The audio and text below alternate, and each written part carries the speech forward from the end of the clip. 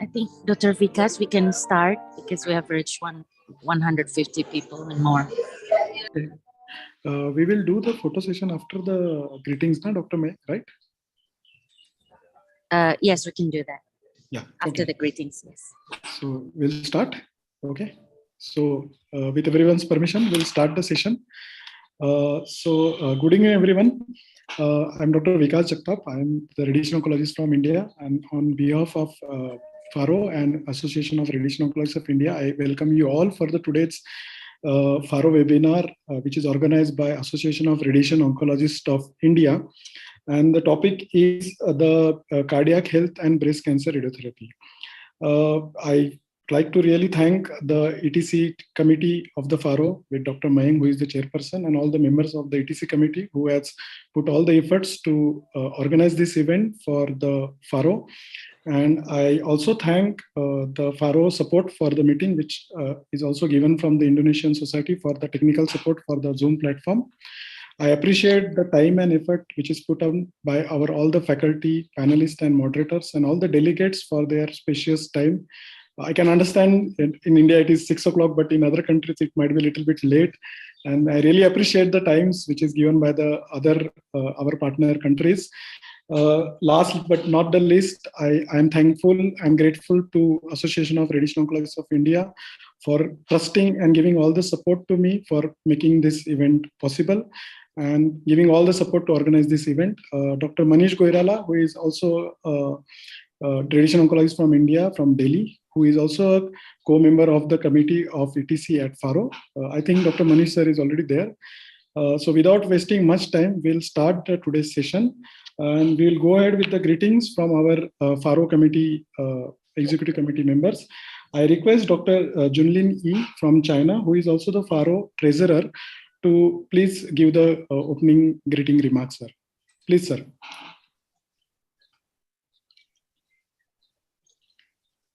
Dr. Junlin? Oh, yes. Dear FARO Vice President Rich, dear Professor Tati, Imogen, and Manuel, dear experts from India, and dear all my old and new friends, good evening. I'm very glad to join the tonight 5th FARO webinar and give my warm greeting to all participants. As we all know, FARO is a big family, consists of 14 radiation oncology society from Asia, which covers almost half of the people in the world. FARO always devotes himself to promote cooperation, share experience, and dissemination knowledge among members since its foundation in 2006. During the COVID-19 pandemic, FARO conducted a series of webinars to promote academic activities. Today is the 5th FARO webinar focused on the cardiac health and breast cancer radiotherapy. As we all know, breast cancer is the most common cancer in women, as the greatest progress achieved in the management of breast cancer. The overall survival of breast cancer reached a higher level. Many patients lived more than 20 years or even more long. Among all treatment modalities, radiotherapy plays a great contribution. So more and more attention should be paid to the radiotherapy-related cardiac toxicities. Today's webinar will share great knowledge of these topics. I believe tonight's webinar will be a great success, and all participants will be harvest a lot. And many thanks to our colleagues from India. Thanks for you preparing so great webinars for us. And we also thanks my colleagues from Indonesia for your IT support. That's all. Thanks again. Thank you, Dr. Junlin. I also request Dr. Rajesh Vasishta. Dr. Rajesh Vasishta is also President of Association of Radiation Oncologists of India. He is also the Vice President of FARO. Dr. Sir. Okay. Good evening, everybody, according to India time. And I welcome from our ARO for the 15th February webinar on looking after the cardiac health in breast cancer patient. As Dr. Julian said, now breast cancer is maximum in females and life expectancy is very good. So we have to look after how to prevent side effects, mainly side effect coming in the heart, lung, cardiac. So this webinar is very good regarding how to prevent the cardiac toxicity and late effect of the radiotherapy in breast cancer. Now, I am thankful to Dr. Mayank and Dr. Tati for looking after the FARO webinars. And this is very good achievement of them that they are taking good topics, selecting good topics, and on webinar is continue so much long time, and hoping by their effort, we are continue educating ourselves in future also. And I also are thankful to Dr. Vikas Jagtap and Dr. Manish Goyrala for doing hard work from last 2 months. They are asking again and again whom we will select. Our webinar should be good and impressive and educative. All the best to all, and hoping you all will gain knowledge in further treatment. Thank you. Thank you very much, sir, for the appreciation and the support we have given. I think before we go ahead with the scientific session, we'll have the group photo. And I request all of you to please on the video for some time so that we can have a group photo. Yes, Dr. Mayank, right? Yes, please. Yeah. Dearest professors and doctors, I will assist in the photo taking session. I will take a picture on the count of 3. Please do remain still for an additional 1 to 2 seconds so we can get a good picture of everyone. Okay? 1, 2, 3, say cheese. Another one. 1, 2, 3, cheese. All right. Thank you very much. Yeah. Thank you. Without wasting much time now, we'll go ahead with the scientific sessions. We have 3 talks for the today's scientific sessions. The 3 talks will be the contouring in the heart structure. The second will be cardiac sparing in the breast cancer radiotherapy. And the third will be the physics aspect of minimizing the cardiac doses in the breast cancer radiotherapy, followed by the panel discussion. So for the first talk, which is on the contouring the heart structure for the breast cancer radiotherapy, I like to invite Dr. Nandita Sasikaran Boindala. She is a consultant clinical oncologist at AIG Hospital, Hyderabad, India. I request Dr. Nandita to please share the screen and request to please follow the timing. Thank you. For the participants, they can put their question answer in the chat box, and it can be discussed at the end of the 3 sessions. Thank you. Yes, Dr. Nandita, you can start. Yeah, can you see my screen? Yes, it is visible. Okay. Great. Okay. Thank you very much for inviting me to this webinar. I thank FARO and all the sister organizations. So without further ado, to kickstart the first session on cardiac health and breast cancer radiotherapy, I'll be talking about contouring the heart structure. So just briefly about some background of cardiac health and breast radiotherapy. We all have heard of this landmark paper by Sarah Darby, which actually showed or quantified the cardiac risk in terms of exposure to the entire heart dose as a 7.4% increase in major coronary events per gray of exposure to the entire heart. So also a similar paper by Cutter showed that there is an increased risk of valvular heart disease with a corresponding increased dose to cardiac valves. A dose range of about 30 gray and below was considered to be safe, whereas there was an exponential increase in valvular problems with dose beyond 30 gray. This study, however, was in Hodgkin's lymphoma. Now, there are numerous papers to show that there is increased risk of coronary artery stenosis after radiotherapy for left-sided breast cancer patients. For very obvious reasons, if you look at the picture, you can see the LAB comes bang in the middle of these tangential fields. So we've thus established that we need to do some kind of cardiac contouring in order to quantify an individual patient's risk. So going back, what are the available contouring guidelines that we have today? So dating back to 2011, Mary Feng from the University of Michigan first came out with a cardiac atlas, which is validated. Thereafter, in 2017, Francis Duane from the University of Oxford and another paper in 2020 from the Danish Multidisciplinary Cancer Group was published. All of these papers are quite similar, and today's lecture is kind of an amalgamation of all of these guidelines. So what are the basic requirements required for breast cancer radiotherapy, as well as to be able to contour the cardiac structures? Now, most of us would do a plain CT scan or a contrast CT scan for simulation. Now, if you're doing this, the best window to contour the cardiac structure would be to keep a window level of 50 HU and a width of 500. And the coronary arteries in particular, you have a window level of 50, but adjust this a width to a smaller level of 150. However, we'd like to look at these structures in a little more detail. And in order to do that, you could do a CT coronary angiography. And like you can see in the picture, very nice and discrete coronary blood vessels. However, unfortunately, in reality, they actually look quite blurred even on a coronary angiography. The reason being twofold. One is that the heart is constantly pumping and beating, as well as respiratory movement. Now, respiratory movement can be minimized with breath hold. Now, that's also very convenient for breast cancer radiotherapy, because we will be doing DIBH for quite a few of our patients. But despite that, because of cardiac movement itself, you have about 3 to 7 millimeters of movement. And for obvious reasons, you cannot stop the heart from moving. So there is this novel concept of an ECG-gated CT coronary angiogram, very similar to the respiratory gating that we do for our radiotherapy treatments and 4D CT. So essentially, this involves acquiring the CT at a specific period of the cardiac cycle.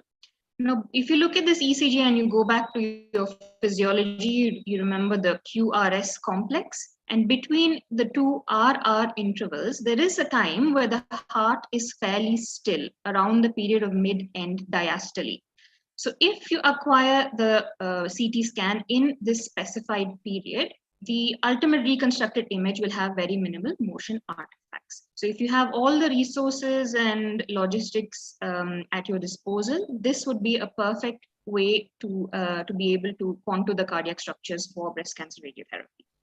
So what are the structures that we generally do? Now, whole heart and pericardium is something that we all are already practicing, but there are multiple other structures like the great vessels, the chambers of the heart, the cardiac valves, and the coronary arteries, which we'll be all going through today.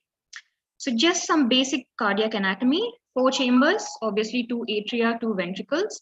And these chambers, you have the interventricular groove between the ventricles and an atrioventricular groove between the atrium and the ventricles. Now, there are 2 heart borders for you to keep in mind. One is the acute heart border, which is the sharp edge on the right side. And the little blunt edge on the left side is called as the obtuse heart border. Now, remember this for later, because in terms of coronary anatomy, these are important. So whole heart and pericardium, now this is fairly simple. This is just a rounded structure. Now, where do you begin this heart contour? Just begin below where you see the left pulmonary artery.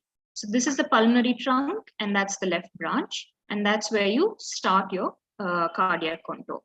And as you go down, include the great vessels as long as they're visible, and keep going down to include the entire pericardial space, the pericardial fat, because that's where your coronary vessels are, and keep going down until it blends with the diaphragm. Now, a couple of planes and grooves that we need to remember. You have the atrioventricular groove, which divides the atria and the ventricles, fairly clearly visible behind the aorta. And just perpendicular to that, you have the septal groove, which is along the interventricular septum. Now, the great vessels. Firstly, you have the pulmonary trunk that divides into the left branch and the right branch, fairly easy to identify. Then you have the aorta. You have the ascending aorta here, which again is easy to identify. And you have the superior vena cava, which is just pushed here to the right side. Now, we don't usually contour these, but it helps subsequently when you're thinking of contouring things like the valves. And this, just to add a bit of color, that's the green structure is your pulmonary trunk, and the red structure is your aorta, and the lighter green is your superior vena cava.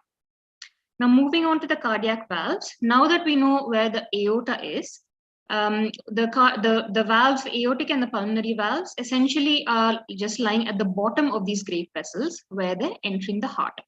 So the way to identify the aortic valve is just keep scrolling down the aorta until you find a Y-shaped structure. So in this slice, the aorta looks trilobed, and you can see a faintly Y-shaped structure, and that is what is marked out as the aortic valve. Now, similarly for the pulmonary, just follow the pulmonary trunk downwards until you see a vaguely X-shaped structure, or you can see again the change in the shape of the contour. Now, that's marked as the pulmonary valve. So this will just be visible in 2 to 3 slices. Now, next, coming to the mitral and tricuspid valve. Now, we know that the mitral valve is the valve lying between the left atrium and the ventricle. Now, in this slice, you see all the 4 chambers, left atrium and the left ventricle, right atrium and the right ventricle. So the mitral valve is spotted exactly where the atrium blends with the ventricular blood pool.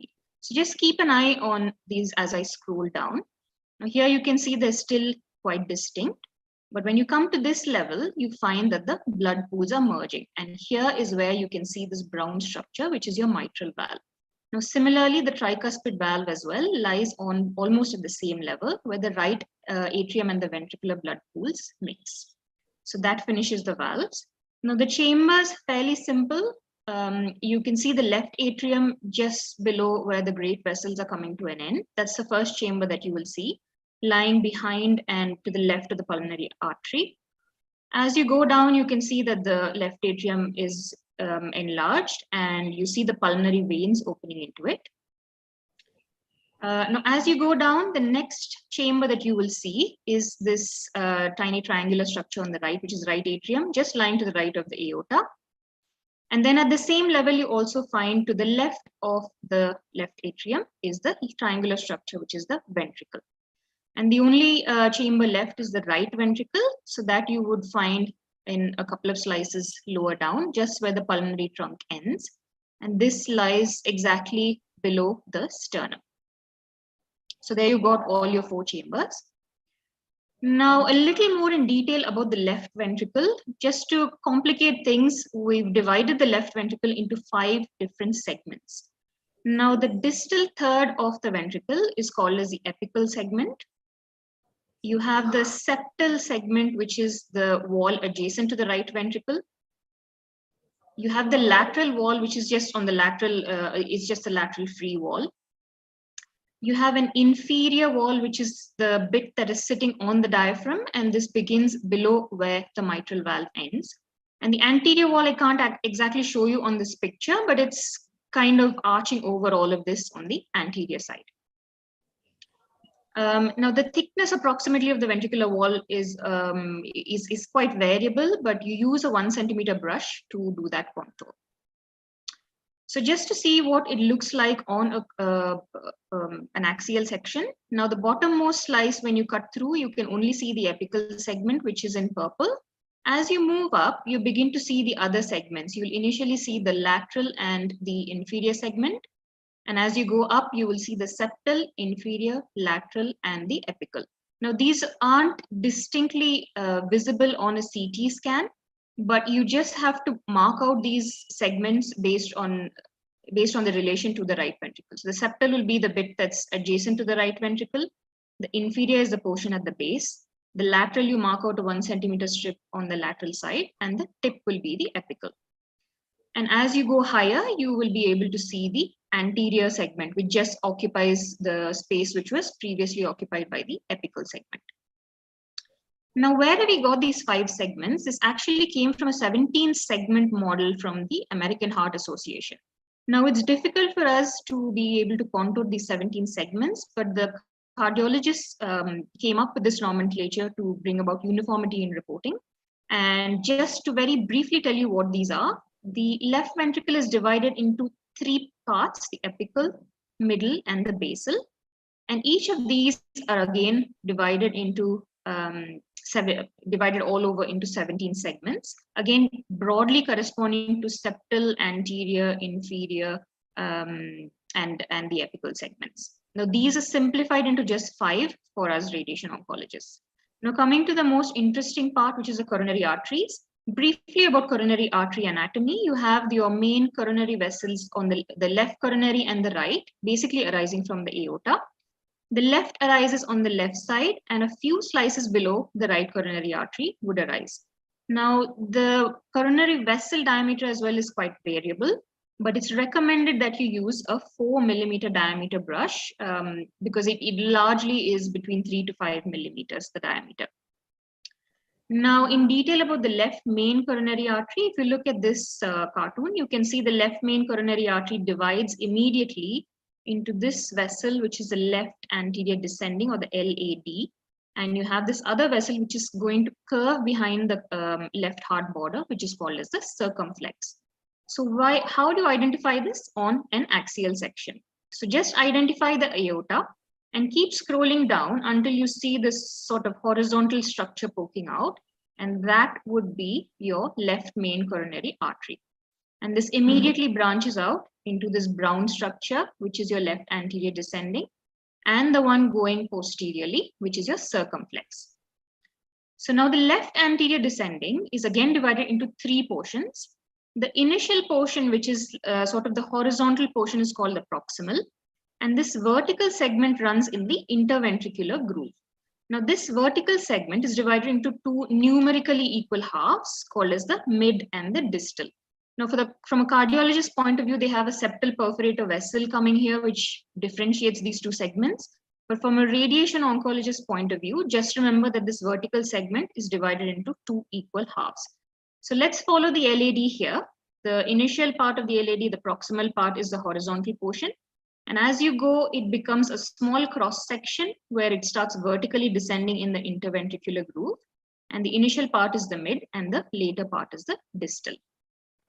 So you've done with the LAD. Now coming to the circumflex. Now this is fairly simple, only 2 parts, proximal and distal.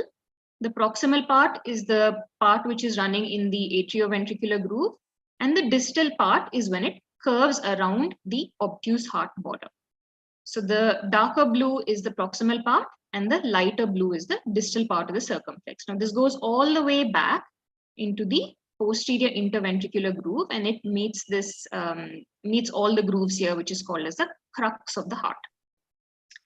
Now the right coronary, this is a little bit simpler. Now this arises a little bit below the left coronary and is divided into 4 parts. Now the initial part, which is lying on the anterior, is divided again into 2 equal halves, the proximal and the mid. And while it turns around the acute heart border, this horizontal portion is called as a distal, and it descends into the posterior interventricular groove, and you would call that as the posterior descending. So proximal, mid, distal, and posterior descending. Now let's identify these on the cross-sectional CT scan. So you've identified the left main coronary, which is this orange structure. Now follow the aorta for a few slices below, and you will see another structure poking out on the right side, and that is your right coronary vessel. So that would be the proximal coronary. And again, this is divided into just 2 equal halves, the lighter blue being the mid. And as you come down, you see it curving very sharply around the acute heart border. And this horizontal portion is called as a distal right coronary. So the label in that green. And the distal coronary then enters into this posterior interventricular groove and continues downwards as the posterior descending vessel. So that finishes all of the segments of the coronary vessels as well. So just to conclude, why do we need to do cardiac substructure contouring? To obviously reduce inter-observer variation in contouring, to bring about uniformity in reporting, and to establish dose-response relationships. We've learned to contour the whole heart and the pericardium. We've learned to contour the great vessels, the SVC, pulmonary artery, and the ascending aorta. The 4 different chambers, the atria and the ventricles, and the left ventricle further into 5 different segments. We learned to contour the 4 cardiac valves, pulmonic, aortic, mitral, and tricuspid, and the 10 segments of the coronary arteries. Now, I know that we've kind of compressed everything into a 15-minute lecture, but I would advise you to look up the cardiac atlas, particularly the Duane paper, and keep that on the side of your desktop while you start contouring, and it actually becomes fairly simple. So with that, I'd like to conclude, and I thank FARO again for giving me the opportunity. Thank you, Dr. Nandita. It was quite a lucid elaboration of the contouring for the heart structures. So the question answers will be taken in the chat box. So I request the next speaker. So our next session will be the cardiac sparing in the breast cancer radiotherapy. And for that, I would like to invite Dr. Kundan Singh Chufal. Dr. Kundan Singh Chufal is the senior consultant and unit head in Radiation Oncology department at Rajiv Gandhi Cancer Institute, Delhi, India. So Dr. Kundan, please start your session. You can start sharing the screen.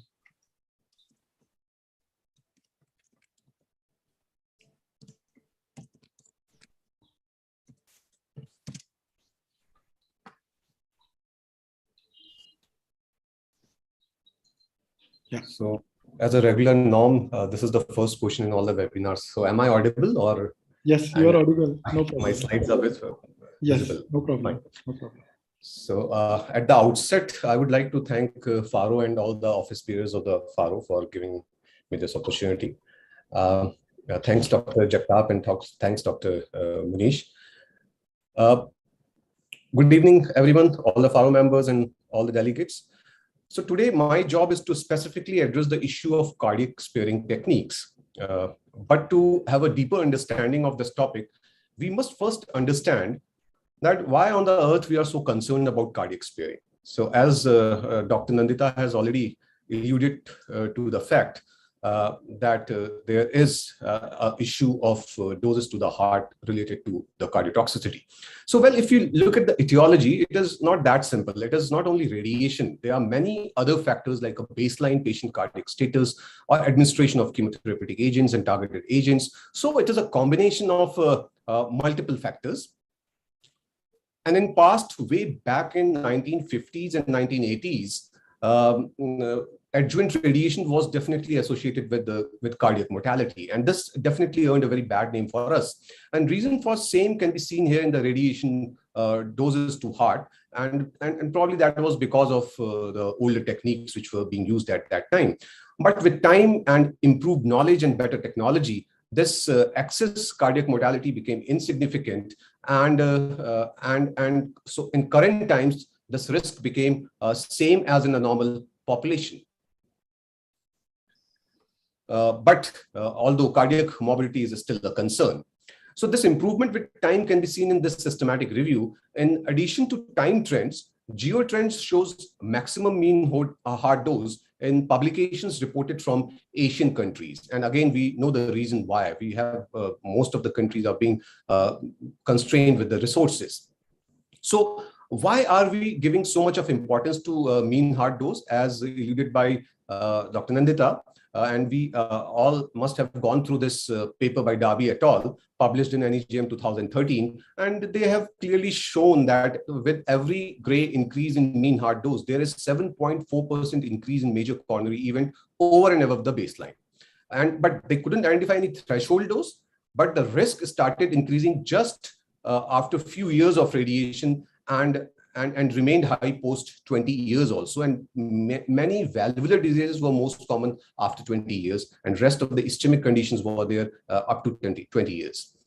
So, and recently, same kind of analysis was done by Taylor et al. For modern radiation doses, and had almost similar findings.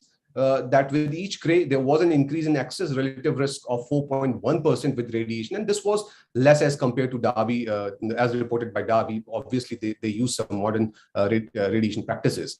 One practice case scenario here is, which is very important to understand the whole scenario is let's have a look at a 50-year-old patient who is a smoker and had a history of prior ischemic heart disease. Then a baseline cardiac mortality will increase from 8% to 9.2% by the age of 80 for a mean heart dose of 4 gray.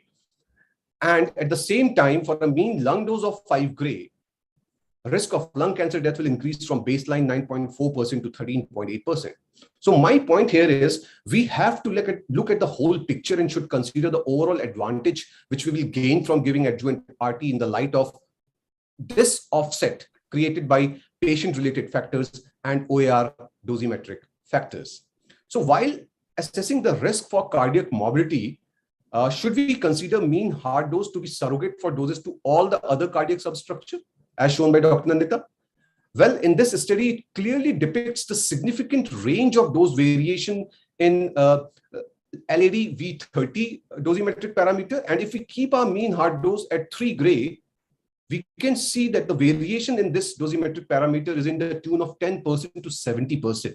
So the bottom line is we can't get away by not contouring the heart substructure, especially LAD and left ventricle, because we have now emerging evidence which relates dose to these substructures and cardiac events directly or indirectly. So now that we have understand that dose to these cardiac substructure matters, but do the fractionation also matters? This study explores the equi-D2 doses to heart for the range of alpha beta values from 1 to 5 and found that all hypofractionation schedules were colder than normofractionation schedule represented by this diagonal solid black line, except for this 41.6 and 13 gray. So fractions. So finally, let us focus on technique and its impact on cardiac sparing. So this report from Michigan Radiation Oncology Quality Consortium clearly depicts the same time trend as I showed you earlier. So it decreased with time, mean heart dose decreased with time. But more importantly, with regard to technique used, prone position and DIBH resulted in 32% and 18% reduction in mean heart dose from baseline estimate, which were 1.32 gray and 1.14 gray for these parameters. Factors which resulted in increase in mean heart dose were boost, nodal radiation, years prior to 2015, increasing breast volume and increasing separation. But this was all expected. Unexpected was use of modern technique like IMRT and increase in mean heart dose. So as we use multiple beams with different entry points in IMRT and thus spill low dose to larger area, this must be the reason for this surprise finding. So if we consider a linear relationship between mean heart dose and cardiac events as per Darby et al. Or Taylor et al., then this is really a concern. Addressing this issue, a group from Zurich led by Shandier et al., they adapted a reality seriality model, which was nothing but was based on a dose as well as dose distributed over volume. And what they found was very interesting. So adapting the Darby et al. Data to this model resulted in a linear trend as shown here, as it was shown in the Darby paper as well as Taylor paper. This situation is like a lot to a little. So as a technique used in the Darby paper was tangential fields, and only a small portion of heart received this unintended dose. But using modern techniques like IMRT, where situation is like a little to a lot, this relationship became sigmoid. And in fact, up to the doses of 12 to 15 gray, there was no excess major coronary event. It was a modeling. It was not a true practical incidence. But this was in this particular model what they found. So, well, I agree we may be intrigued by this finding, but we must wait for more mature data to support this hypothesis. So this another report somehow asked the same question, that is delivering radiation, including hypofractionation regimen with modern VMAT or a helical tomotherapy techniques, is it safe? But they answered it dosimetrically. So we can see that hypofractionation schedule delivered via these modern technique is colder as compared to normofractionation, whether it being dosed to these cardiac cavities or be it cardiac vessels. But we must realize that LQ model, which was used here, was validated for equivalence between fractionation regimens with regard to tumor control in START A and START B trial. Whether same holds true for normal tissue complication or not, we should definitely wait for long-term results before jumping into any conclusions, especially with regard to these modern radiotherapy techniques. So although techniques are important, but we must understand that our target delineation approaches can impact our cardiac sparing techniques also. So if we look at the pattern of local recurrences among 6,901 patients in the systematic review, only 0.09% relapsed in the true chest wall area. And only 0.8% relapsed in the pec major and pec minor area. So if we exclude this area from our target, this results in the reduction of mean heart dose from 5 gray to 3 gray. This is an absolute difference of 2 gray, which is huge in this clinical context. And we also recently published our dosimetric study done by our colleague, Dr. Irfan, asking whether for a given target delineation approach, is there any favorable technique? And we found that field-in-field technique scored better than VMAT and was equal to inverse IMRT if we delineate our target as per tangential fields or ISRO guidelines with regard to target coverage and cardiac sparing both. But another very important question is to ask is, if we are constrained with the technique due to unavailability, does any target delineation approach is preferred? What we found was again quite interesting. ISRO target delineation approach scored better than both tangential field approach or a RTOG approach when we used field-in-field technique for target coverage. While for cardiac sparing, ISRO and tangential target delineation approach both scored better than RTOG. So obviously the ISRO score, if we are using judiciously these contouring guideline and we understand where our pattern of failures are, then probably rather than using these modern techniques of inverse IMRT, we can get away by using a simple techniques of 3D field-in-field IMRT along with some breath control measures, which I will come to in my later slides. Another very important aspect is how we simulate our patients. So this approach of creating a breast shell by pushing the breast from lateral to medial and from superior medial to inferior while placing the cast resulted in substantial decrease in mean heart dose from 5 to 2 gray. Interestingly, this approach can be applied to LINAC or a cobalt-based setup without any additional and any substantial cost to the setup. So what about the setups where we are limited by cobalt 60 machines? And we don't have any modern techniques. First of all, I would like to thank Dr. Ajit Gandhi for these images. Usually in cobalt, we have an experience of using breast cone, which actually helps in making an half beam block as an attachment, which can help in reducing the dose to the heart. Other than that, we can use prone or a lateral acubitus position, or we can block the apex of the heart. This may probably result in some underdosing of the target. So there are issues with the approaches where we are using these lateral acubitus or prone positions, as these approaches fail if we have to do a regional nodal irradiation. And also they are difficult to implement and are prone to have setup error issues. So from patient's perspective, again, this is not a very pleasant experience. So to overcome this, Nicholas et al. Used the approach of reverse semi-decubitus position, where we just have to rotate the patient approximately 45 degrees and elevate the upper body on breastbone, and patient is immobilized using vacuum bag and is cross-legged for comfort. Though this was not as good as DIBH technique, but this resulted in substantial decrease in heart dose from 5.7 gray to 2 gray. Again, this is a substantial drop using just a different positioning approach during simulation. So this report from Tyler et al. Reviewed the cardiac exposure in breast cancer radiotherapy for the period between 1950 to 1990. And this was the period when older techniques and machines were used. So minimum exposure to heart was when IMC field was not used and the medial border was placed at a distance from the midline. Heart mean dose in this scenario was 1 gray. And if the medial border was placed at the midline, heart dose increased to 5 gray, approximately 5 gray. And if we were including the IMC, then the heart dose increased to jump to double figure, approximately 13.3 gray. So if we are using these old technique, is it justified to include internal memory chain? Let's see how to approach this clinical situation. So let's presume that we have a patient age 50, non-smoker with no cardiac risk factor. So baseline 10-year risk of mortality by cardiac causes 1.5% approximately. So impact of overall survival benefit is 2% at 10 years as per EBCTCG trial, extrapolated from their curves which they have given in their paper. And if considering URTC IMC trial, which has been recently published in 2020, the OS benefit was 2%, but again, it was not significant.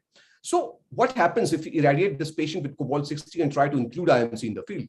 So offsetting the survival as per the Darby et al. Equation, what we are left with is only minuscule OS benefit, probably a non-significant difference, and a little more increase in hard dose, we will have a detrimental effect.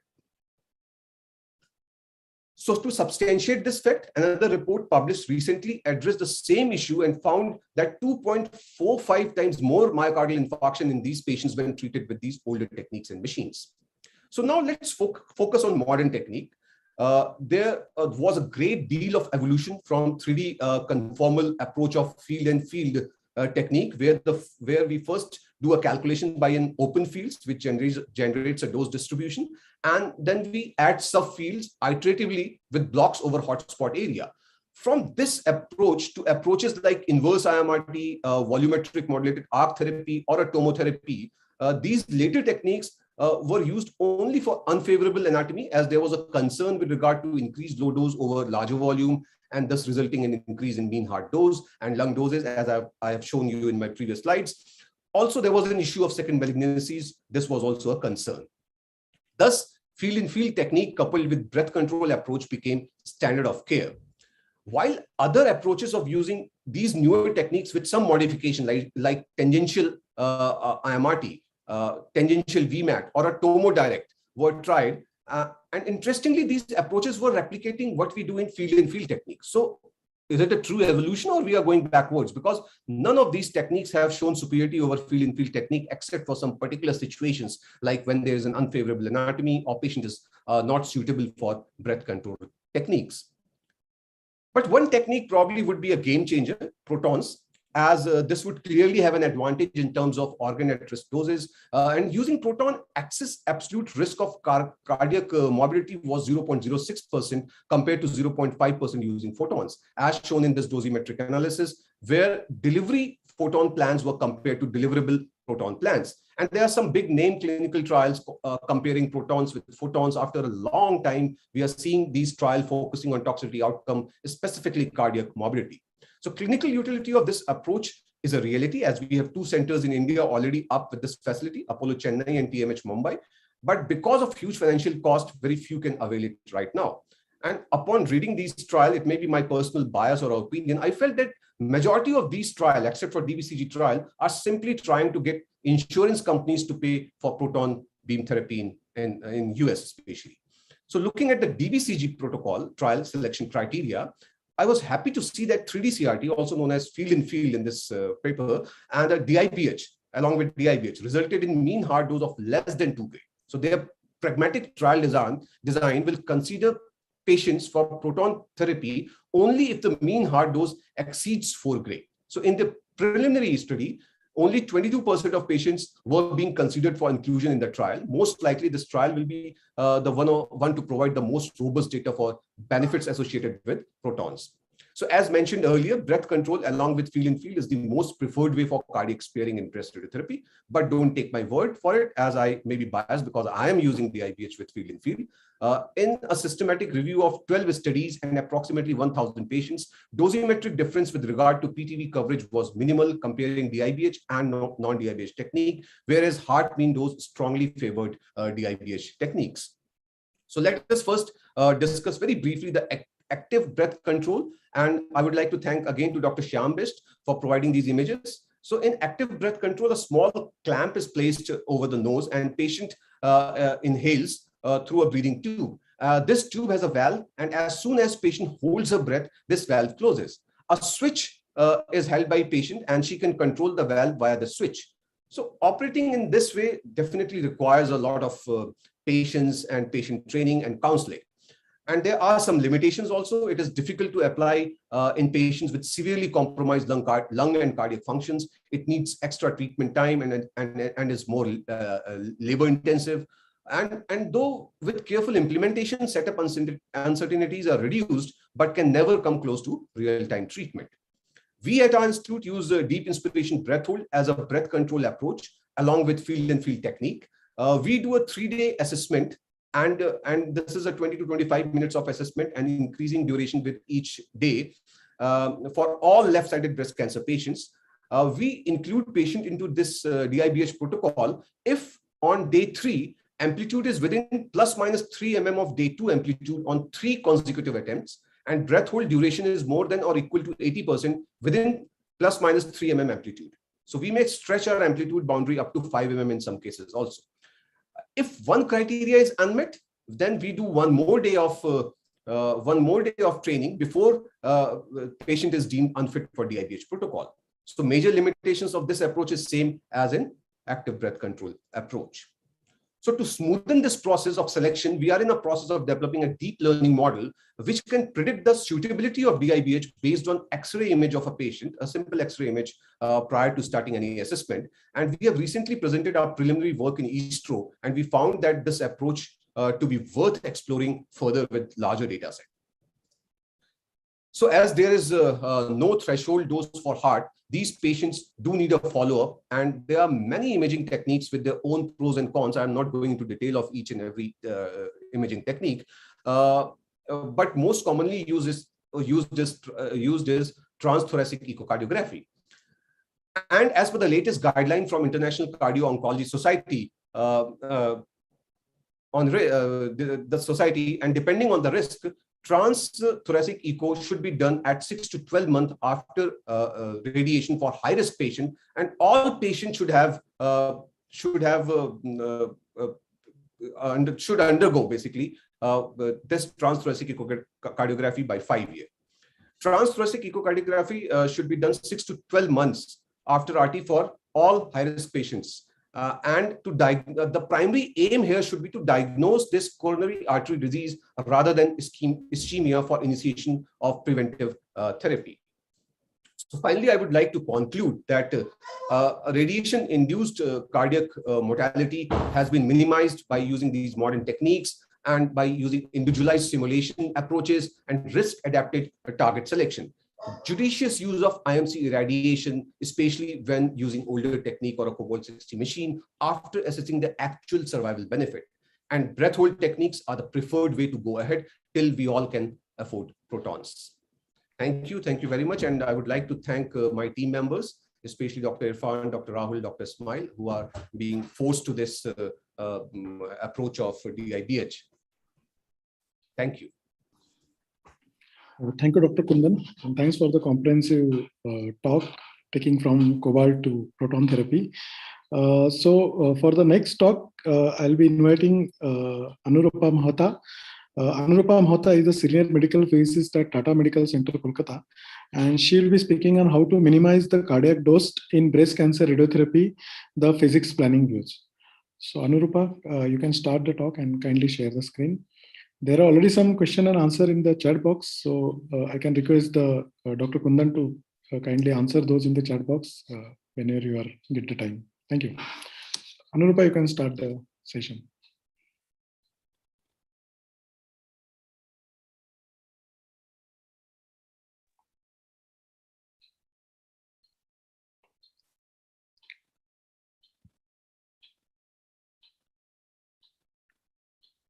Anurupa, you are there?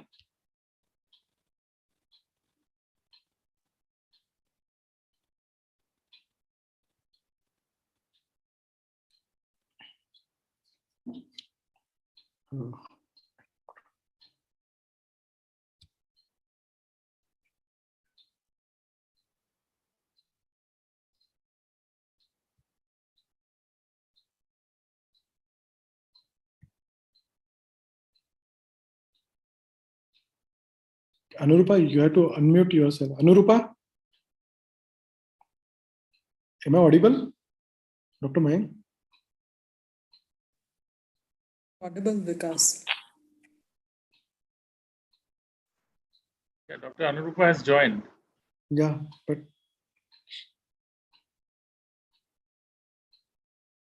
I don't know what happened.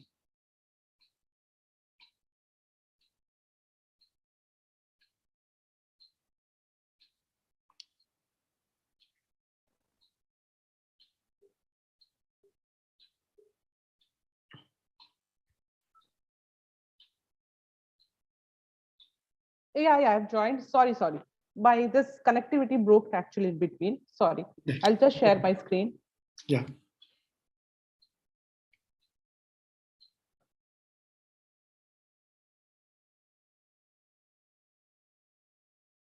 I hope the screen is visible to you. Good evening, everybody. Sorry for the delay. Today, as Dr. Kundal and Dr. Nandita has explained you regarding the cardiac sparing techniques and details, I will just sharing the physics planning views regarding the cardiac sparing. The first content that I have is the importance of it. Already the importance has been explained by it. And then I will go through the principle and the conventional method of cardiac sparing and the DIBS techniques. So for the heart sparing techniques, principles that for physics that we use is the first conventional method for treatment planning that we are using. That is a two tangential breast, two tangential fields with one supraclavicular fossa field for the supraclavicular irradiation or the IMC. So the second method is that to displacement of the heart out of the irradiated volumes.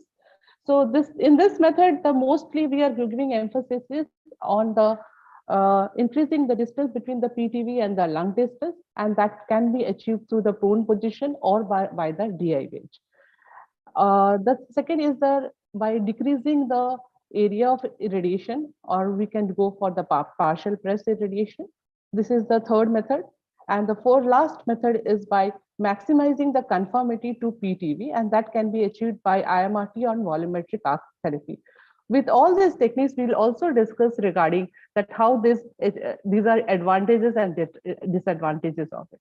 So if we go through the conventional method of the treatment planning that we usually do, that is the two tangential feed the whole breast treatment and one anterior supraclavicular fossa irradiation, especially for if there is any if there is any node positive is there. The main emphasis and the main challenge in this conventional method is the junction match that we usually face during the for the tangential beam and the supraclavicular fossa treatment. If you can see the slide, there are some of the techniques which actually helps to remove this challenge. This is by if you have the mono-isocentric technique, in this paper, they have all explained about the mono-isocentric technique, where you have one isocenter and you have two tangential beams are matched with the superior clavicular fossa fields. And this is the dual isocentric field. If in the dual isocentric, if you can see this at this edges, there can be chances of there is overdose or underdose on the junction. So this could give for high dose or low dose at a hot spot or a cold spot at the junction of the supraclavicular fossa field and the tangential field. So this is for the conventional fields that we have. And so in this junction, we can achieve a non-divergent field. This can be achieved through a Casbo technique. If you can see here, the supraclavicular edge has been matched with the tangential beam of the superior match. So if you can see, this is a match plane at this edge, at this edge. So this can be achieved through a collimator couch and gantry angles. And if you can see, this is, if you see, posterior edge is matched and the heart is out. So this is your divergence of the beam is without leaving the divergence of the beam. And this is here, if you can see here, we have a supraclavicular match field with the tangential field. So this is achieved through the non-divergent beams. There can be monoisocentric, that is a part of the beam has been opened and there is a half beam block on upper edge. So this is also, we can achieve this junction match. So planning beam for the MLCs of the blocks. So if you can see here, if you can see this, there is a heart. The main challenge is that when we are including the tangential beam, the heart is inside this treatment fields. Since the heart is inside the treatment fields, this how this we used to achieve before we have any DIVH technique or any prone positions. People used to do the MLC or block. They used to block this area of the heart. So by blocking or shielding this heart, we used to compromise with the medial coverage of the beam. So if there is any tumor on the medial side, then we wouldn't be able to cover the beam and we will get a cold spot. So preferably we require adequate coverage on the medial edge. So now I will go through, so these are the conventional technique. We'll go through the deep inspiration breathe hold technique, how it is done. So this is the deep inspiration breathe hold technique. If you can see that when the patient breathes, the diaphragm is pushed down, the lung expands and the heart lung expands, and there is a air gap between the heart and the lung, the chest wall. So this can be achieved by actually your DIVH technique, and this can be done by RPM or ABC technique depending upon the vendors. So if you can see here, this is one of the techniques. The patient is lying supine on the condition, and there is a 6 dot markers on the patient or 2 dot markers on the patient. So these infrared markers, the camera takes the infrared position of the tracks, those infrared markers, and they surrogate the movement of the heart. So the main important criteria for the DIVH is the patient selection. So patient selection should be the first, it should be left side breast patients or a chest wall patient. The heart involvement is greater than 1 centimeter in free breathing. If we find that the patient heart involvement is greater than 1 centimeter, we may include this for the DIVH patients as a DIVH. Patients who could inspire and hold the breath for 20 seconds. When we say 20 seconds, this is what we have actually feel like in the studies and also while during the treatment, the 20 seconds is the time limit. The reason is kept that 20 seconds your CT can have your full CT for the patient to take, at least it will take a 20 seconds. So in this 20 seconds, it should be that patient should be holding the breath. So if you can see this, the patient takes a breath and then it holds back, and you can see a small plateau region. And this is the upper threshold and the lower threshold. The main challenge is to find the upper and lower threshold of the patients. So this is what we keep is -2 mm and +3 mm. So -2 mm is the amplitude of where is the patient has taken a breath. So it can go for -2 and +3 mm, which is there. So beyond this threshold, if a patient breathes, that automatically the beams gets off. So this helps to keep the patient in a track. So if you can see in the CT scan, if you see this is a free breathing scan, and you have seen that this is the marker where the laser markers are kept here. So when the patient take a deep breath and holds the breath, the marker position moves to this place. So this is moved in the inferior side. So if you can see here, the heart is approximately 1.8 centimeter inside the tangential beam. And if it is here, it is quite, you can see that it is only 0.64 centimeter, that is 0.6. So you can clearly see there is an advantage in having a deep inspiration breathe hold technique for this. And if I see the planning way, so if you can see this, we have a full conventional plan, we have it, and we can see this, the posterior edge of the tangential beam is grazing the walls of the heart.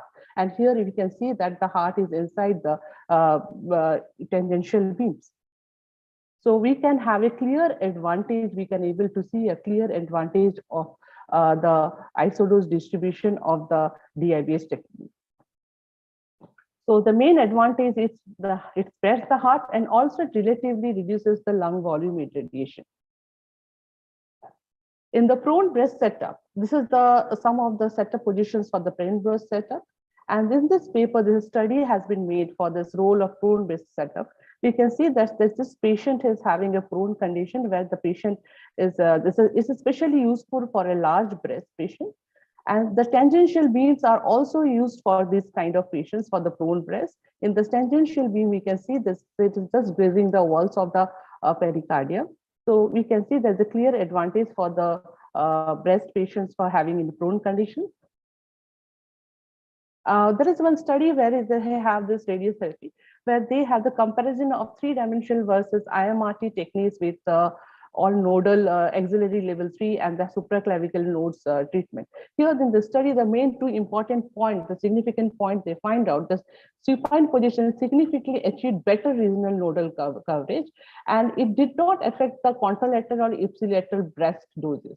So there was a clear advantage over even the hard Dmax dose and V5 grade dose is also reduced in the prone conditions.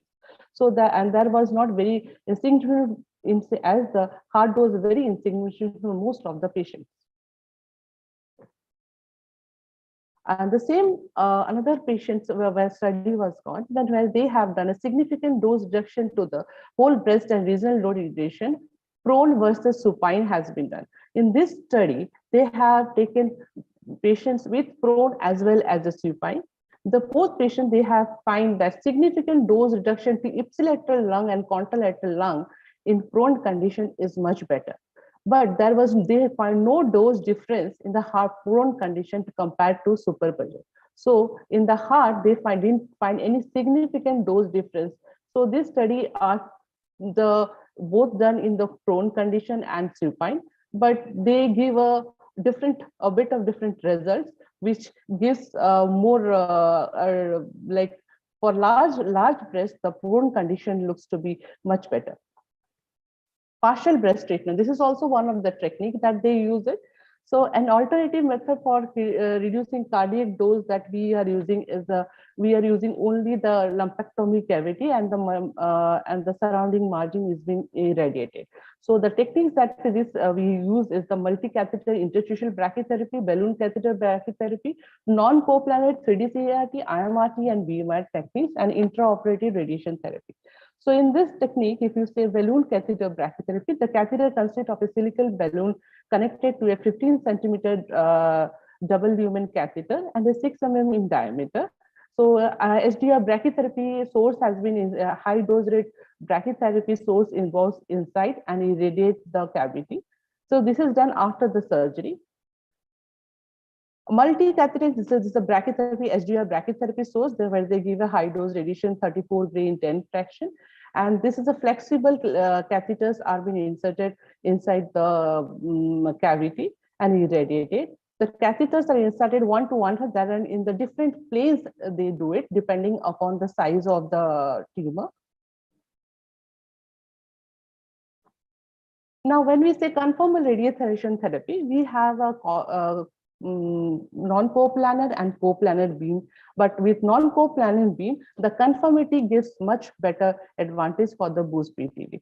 So whenever we are talking about, right, Kunal, Dr. Kunal have explained that he has already given emphasis that we have a DI-based technique, and whenever we are doing the conventional technique, the dose to the heart was less. That means your low dose pillage was less. But when we are moving towards IMRT or BMAT technique, then our heart dose increases. So there can be, we find a clear advantage of having a 3D CRT or a field-in-field or a forward IMRT plans. So this is another way of doing it. It's the intraoperative radiation therapy where we have during the surgery on the whole breast bed, tumor bed is been irradiated with the intraoperative radiotherapy of high energy of like a electron energy or a high kV X-ray beams. Now, this is what are the things, this is the IMRT and BMAT. So when we talk about this conventional radiotherapy, the DI-based techniques always holds good. But with DIBH, if we can't do with IMRT and BMAT, we want to look into the options. Then if we say helical tomotherapy without DIBH and BMAT plans improve conformity to the PTV. So when ARC therapy really helps patients, that we have it out. Because we get a better complex target. If patients with IMC and other, it gives really a better coverage. But when we compare them with the 3D CRT plans, we see that if you can see there's a low dose pillage on the low dose pillage of the patients in the tomotherapy plans. So always a low dose pillage gives to high increase in the hard dose, that is poorer hard dose you will get it. So if you can see that there is remarkably, we have a small study, we done it here, and we saw that there is approximately the helical tomotherapy mean dose of 20 gray is 10.42 and 3D CRT plans is 4.8. So, and here also, if you can see helical is 9.69 by mean dose and 3D CRT is 1.69. So we can see a remarkable dose difference between the mean dose of the heart for a 3D CRT and a helical tomotherapy plan. Now, what is the solution? Then we have it. The solution for if we go for an IMRT or a VMAT plan, we can do some of your plans with a tomotherapy or a helical tomotherapy plans or a VMAT. If we have an IMC or we need a coverage of that, but there should be a strict dose that we need to achieve for the mandatory constants or the constants that we need to keep it for our lung and the heart. So with the constants, we have a mean dose of less than 3 gray with or near to 3 gray for the heart and the IMC can actually helps us to keep our dose within the volume, and we can go for this IMRT or a VMAT plans. Now, second plan, there is another one plan where we have a DIVH technique with DIVH. If you have a left breast patient with a hybrid plan, when we talk about hybrid plan, we have a hybrid that convert the whole breast treatment will be done by a 3D CRT or a forward IMRT. So if you can see this plan, we have a conventional 2 beams plus your small mini arcs with boost plan. That means your target volume or the tumor bed is irradiated with a small mini arc that can be used as a VMAT plans with the same isocenter. You have 2 tangential beams, which is having a forward IMRT with DIVH. This can be another solution for amalgamation of high-end technique with the conventional plans. When we are comparing, we have done a comparison between them. We find that it is that conventional plan, if you see here, and we have a SIV plan. This is the simultaneous boost plan where we are irradiating the boost with your conventional forward IMRT tangential beam. We find that it is more or less same. So the low dose pillage is more or less same. We have it. So when we are having a adequate dose coverage to the whole breast, so with this hybrid plan, we are able to achieve adequate dose coverage to the whole breast with the dose compared, that means the dose constants that we have, which is just compared to our conventional plans. So in this way, we can try to achieve both 3D CRT, that means conventional plan, the low dose pillage, we can control the low dose planes plus. Second is the adequate coverage to your target. In this summary, we can summarize this like the techniques, like most of them with breath hold and the prone conditions with the use of the hybrid plan like IMRT or IMRT, we can our proton therapy, we can use we can give a high dose to the target volume. All these techniques that I have explained, we have to also remember that while doing those techniques like IMRT, VMAT, and DIVH technique, these techniques need to be commissioned properly before it is to be done clinically on the patients.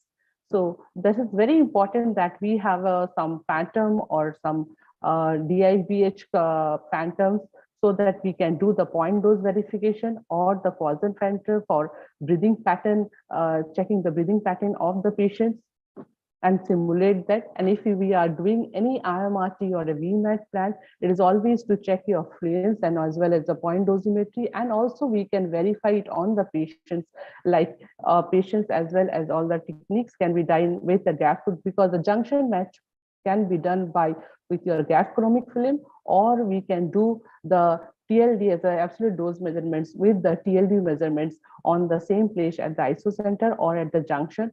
We can keep it and do the commissioning of other patients. Thank you, everybody, because with this, I acknowledge my team members for helping me out with the presentation and all the work that we do it for the breast here. To Dr. Sanjay Chatterjee, Dr. Shantam Chakraborty, and our radiation physics team with Arun, Samar, and Suhil. Thank you. Thank you, Anurupa, for the excellent talk. The session is open for the question and answers. We already have around 3-4 questions in the chat box. I'll just go through it. That what was the slice thickness for the panning CT scan? Dr. Nandita has already answered that it is 1.5 to 2 millimeter. Regarding hypofractionation, fast forward data has not showed any significant difference in the cardiac events compared to 40 in 50 fractions. And 26 in 5, as asked by someone, could potentially less detrimental to the heart. And theoretically, it should not cause increase in cardiac toxicity. The other question was what should be done in the patient with increased high risk of thrombosis, and Dr. Kundan has already answered that patient with pre-existing heart conditions should be evaluated very carefully, and we should try to spare as much cardiac dose as possible. And the last question was RT technique, what is the best, whether the three-dimensional field-in-field or DIBHS is the most preferable? Yes, three-dimensional field-in-field technique is the most preferable, and as said by Dr. Nandita, you might want to avoid the elective IMC irradiation in this patient if at all indicated. So any further questions? I think there are 2 more questions in the chat box. The question is, can you please explain in more detail the technique you use, how to achieve the LAD mean dose less than 10 gray in left post-mastectomy loco-regional treatment? Anurupa, can you please answer that directly? Sure. Yeah.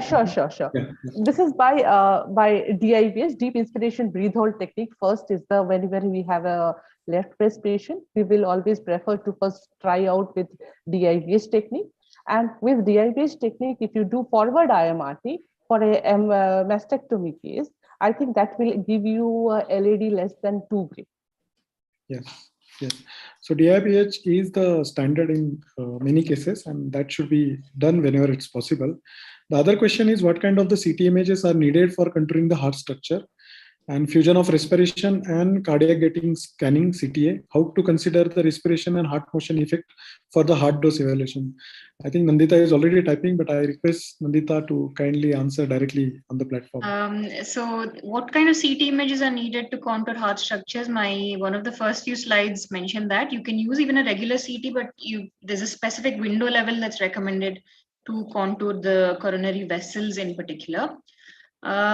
Fusion of respiration and cardiac gating scan. Now you're not doing a respiratory gated scan in the true sense. You're not using a 4D CT.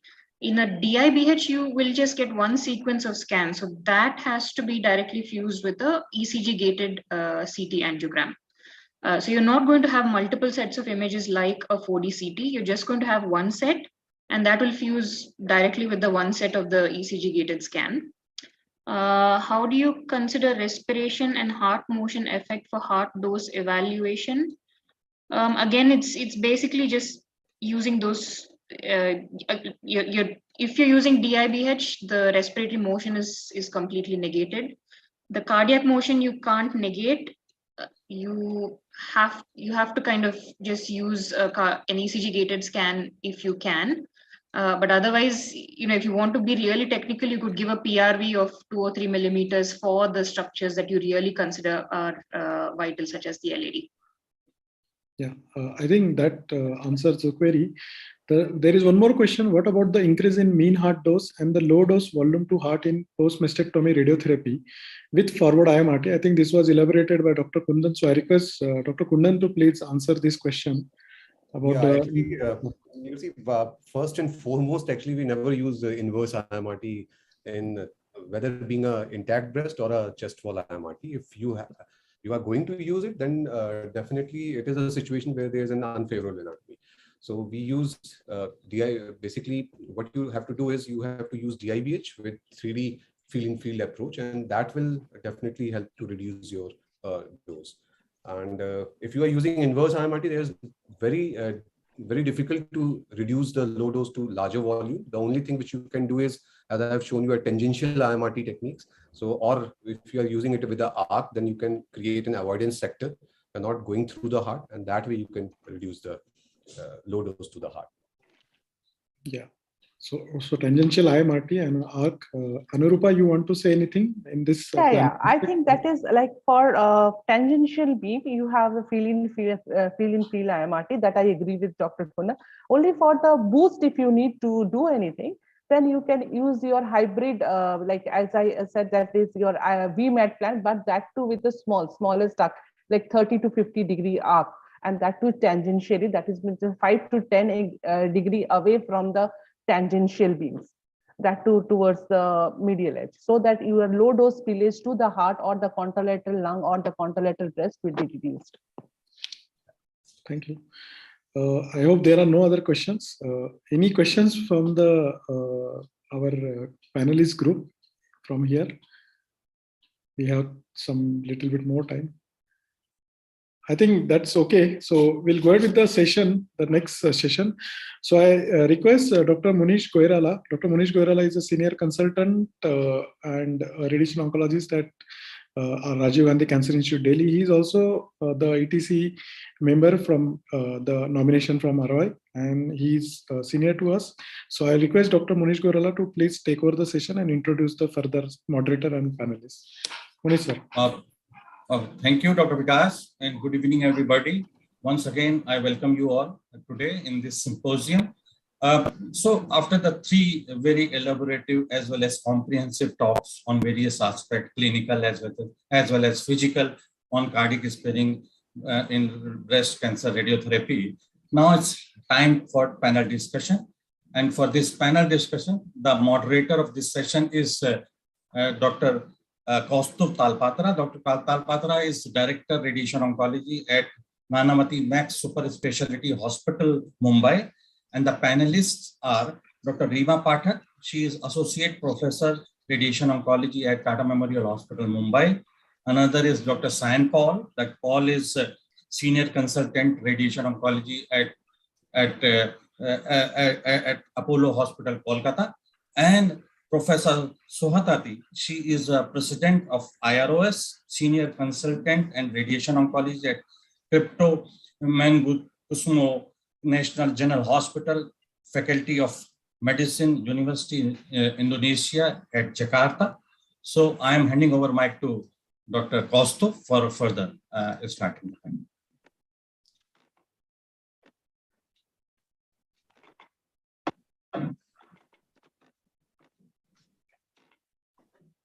Thank you, Dr. Munish. Am I audible? Are my slides visible? Yes, very much. Thank you, Dr. Munish. So we'll start off with the panel discussion. And before that, I would like to thank all the office bearers of FARO, especially Dr. Vikas, who has been relentlessly coordinating, Dr. Vashisht and Dr. Munish, of course. And I think we have a galaxy. We have a very galaxy of eminent panelists: Dr. Rima Pathak, Dr. Sayan Paul, and Dr. Suhartati. So without much delay, we will get on. I would request the panelists to be brief, to the point, so that we can cover more and more. And certain specific areas, of course, we will elaborate, and it will be more conceptual than we have discussed a lot of literature, we have discussed a lot of topics. So few of the topics we'll be rushing through, and we would also like to know from the panelists their practice and what they feel about these concepts.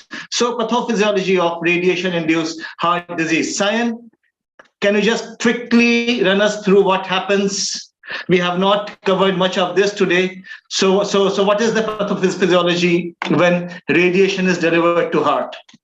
Yes, so nowadays we are talking a lot about the cardiac toxicity induced by radiation. And as we know, we are more concerned about the vascular damage that happens during radiation. And we are more concerned about the vascular damage and the coronary artery disease that is a risk for post-operative radiation. Yes, it can also cause arrhythmias because of the cardiac, the pacing mechanism is there and it can damage that arrhythmias.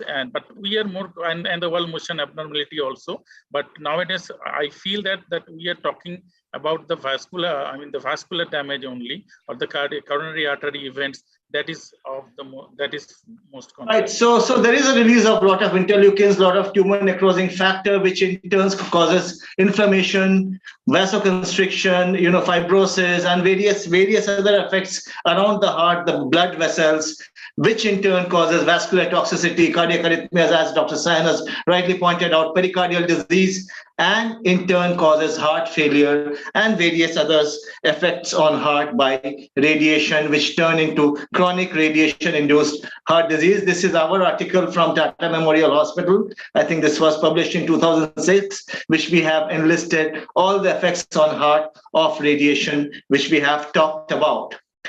Rima, can we talk about baseline risk evaluation? Is it important prior to radiation therapy? Can we risk stratify a particular group for the same? So I'll just quickly mention that most of our patients are older individuals. They have baseline, as you've noted down, lifestyle and risk factors.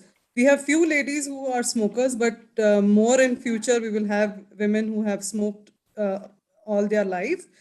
As we see in Western countries, we definitely have obesity in India. So it's a very important risk factor. But other than all of these baseline risk factors, we also have chemotherapy. Most of our women with breast cancer receive chemotherapy that are cardiotoxic, be it paclitaxel, anthracycline, or for that matter, cyclophosphamide. All of these which are routinely used, and trastuzumab, they add to the risk. And there are now more and more studies looking at concomitant radiation and chemotherapy for breast cancer patients as well. So we still need to see what the risk is to the heart for patients who are being treated with this particular strategy. So right. Yes, there's definite role of baseline risk scoring. So Rima, extending the question to you, there are various models, the score model, the Framingham risk scores, the Renault model. Do you think these are applicable in our Indian setting or in the Asian setting at large, or we should have our own scoring system? So like any other nomogram, any other scoring, it has to be warped around Indian population. Unless and until you have validation for Indian population, we will not be able to use them directly. They may not produce the risk estimate accurately as it has been modeled for Western country or Western women. Can you see my screen? I think there's some problem with the screen. Can you see the screen? Yes. Not in the full screen mode. It's not in the full screen mode. There is some problem with my screen. It was all right about a minute ago. Just give me a moment. I think it is blinking. My screen at my side is blinking. So while I think you set your screen, I'll just continue to talk on that particular topic. Yeah. Baseline risk evaluation. Several times, patient selection is what is the primary thing that we do in our clinic. Oftentimes, we'll have older individuals where the risk of cardiac toxicity might actually be much higher than the benefit we give to patients, especially with low risk disease. And that is when we really need to think, especially left-sided breast cancers, whether are we going to really benefit the patient, especially in low risk group. Yes. No, sorry. Because can you just run through my, can you show my slides? I think you have a copy of them. There is some problem at my PC. No problem. I'll share from my side. Sorry, Rima, you can continue. Yes. Yeah, Dr. Rima, one question from my side. Even if suppose we do a risk scoring and we find the patient is of high risk and she has an indication for radiation, are we going to change our treatment plan? We are not going to change our treatment plan. It's not like that. It's not in our experience, Sayan especially, we've always looked at life expectancy of these women. So if we find that patients with not so very high risk disease, if they have a life expectancy of maybe 5 years because of comorbid conditions, we actually use radiation to such patients, especially left-sided, especially those who have cardiac toxicities and risk or cardiac events in the past. So it's not like we don't change our indications or we don't change our management plan. One has to see the whole patient rather than just seeing the disease. Yeah. Right. So, Doctor, thanks, Rima. So this is okay. Sohar, Yes. I will be running through few questions through you. Do you think left-sided breast cancer, we should be more careful? The cardiotoxic effects of radiation is more in left-sided cancer? Yes, of course. Yes, of course. I agree with that. Even there is, if you go back to there is one journal from the American Heart Association in 2017, included 1.2 million from almost 40 studies.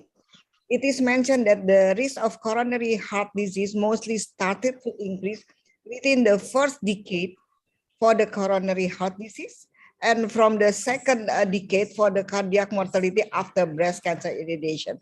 So I mean, we have to really careful to see the risk and benefit when we do irradiation, because most of our patients come with the locally advanced disease, which is mostly requiring local regional radiotherapy. That means after the mastectomy, then in much more advanced case, the extensive node disease. Therefore, from the oncologic outcome point of view, we have to think the risk and benefit carefully.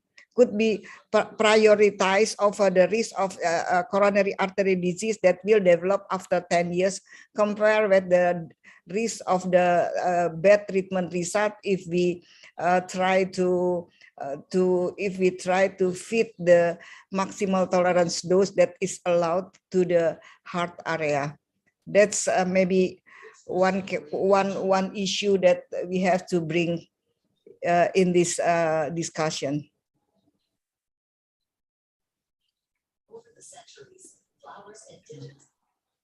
Costa, you want me to go to next slide? Hello? Hello, Costa?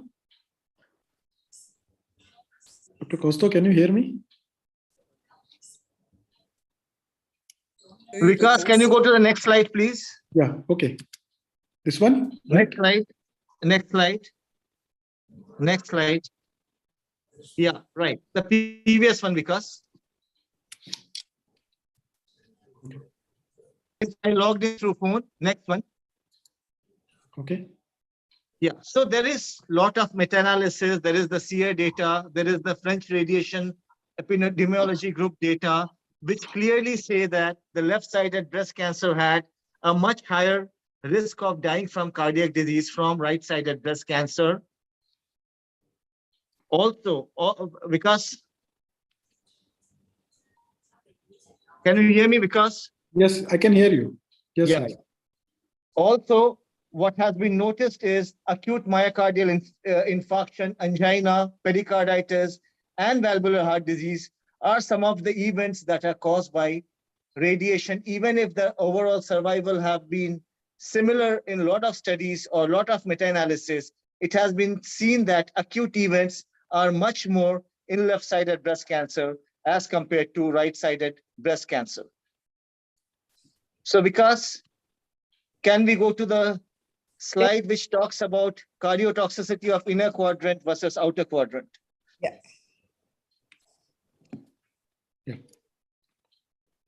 Yeah, so that's, can you go back to your slide about the very big meta-analysis of consists of almost 40 studies. It is mentioned that the that's right, that it will increase the event of the cardiac toxicities, but I mean the timing is more than 10 years. How about the timing from the beginning breast irradiation to the cardiac toxicities happen? It is mentioned in that studies. I saw also you also taken that paper before this. Yeah, so Vikas, I can share the screen now. I'm back. I think the issue has been sorted. I can share the screen. No problem. You can start sharing. Okay.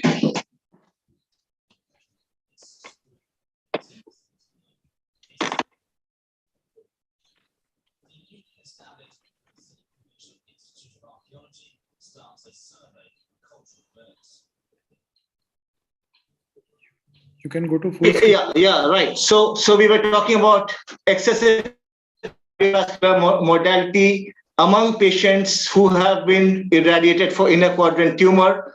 Sayan, you have a word to say about this. Do you think it's really important, inner quadrant tumors? Yeah, inner quadrant tumors are important. Inner quadrant tumors? Yeah, because if suppose this is more important in BCS cases where we give boost.